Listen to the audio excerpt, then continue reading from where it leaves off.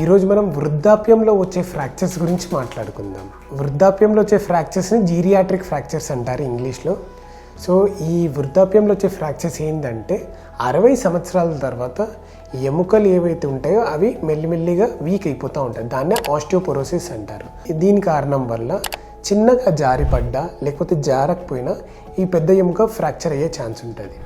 So ఈ మెయిన్గా వచ్చే ఫ్రాక్చర్స్ ఏంటిదంటే ఈ ఏజ్లో ఫస్ట్ ఈజ్ హిప్ ఫ్రాక్చర్స్.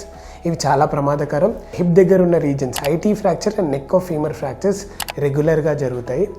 ఎందుకు ఇవి ప్రమాదకరం అంటే దీనివల్ల పేషెంట్ నడవలేడు, అట్ ది సేమ్ టైం నిలబడలేడు. దీనికి ఖచ్చితంగా సర్జరీనే ఆప్షన్. సెకండ్ వచ్చే ఫ్రాక్చర్స్ వెన్నుపూసలో వచ్చే ఫ్రాక్చర్స్ అంటారు. దీనివల్ల ముందరికి వంగిపోవడం లేదంటే హైట్ తగ్గిపోవడం ఇవి జరుగుతూ ఉంటాయి. థర్డ్ టైప్ ఆఫ్ ఫ్రాక్చర్ ఏమంటారంటే మణికట్టు దగ్గర జరిగే ఫ్రాక్చర్స్. పడేటప్పుడు బరువంతా చేతి మీద తీసుకోవడం వల్ల ఈ మణికట్టు ఫ్రాక్చర్స్ జరుగుతూ ఉంటాయి. దీన్ని నివారించడం ఎలా అంటే ఫస్ట్ సరైన ఫుడ్ తీసుకోవడం. ఫుడ్ అంటే food rich in calcium. Dairy products like milk, curd and రెగ్యులర్గా ఫిష్ తీసుకోవడం. దీనివల్ల మనం కాల్షియం ఇంటేక్ పెంచవచ్చు. సెకండ్ ఏంటిదంటే విటమిన్ ఎస్. నేను నార్మల్గా దీన్ని విటమిన్ సన్షైన్ అంటాను. సన్షైన్లో నిలబడ్డప్పుడు ఒక 10 to 15 minutes మనకు విటమిన్ డి వస్తుంది. థర్డ్ థింగ్ ఏంటిదంటే సరైన వెయిట్ ట్రైనింగ్ ప్రోగ్రామ్.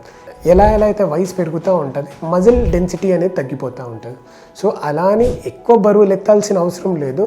చిన్న చిన్న బరువులతోనే సింపుల్ వెయిట్ ట్రైనింగ్ ప్రోగ్రామ్ చేసుకోవాలి. ఫోర్త్ ఇంపార్టెంట్ థింగ్ ఏంటంటే ఇంట్లో ఎక్కడైనా వాటర్ ఉన్నా రెగ్యులర్గా మాప్ చేసుకోవడం, సరైన లైట్స్ పెట్టుకోవడం వల్ల కింద జారిపడే ఛాన్సెస్ చాలా తగ్గిపోతాయి. వృద్ధాప్యంలో ఫ్రాక్చర్స్ చిన్న విషయం కాదు, జీవితాన్ని ప్రభావితం చేసే ఫ్రాక్చర్స్ కాబట్టి సరైన సమయంలో సరైన ట్రీట్మెంట్ తీసుకున్నప్పుడు మళ్ళీ జీవితం గడిపే ఛాన్స్ ఉంటుంది.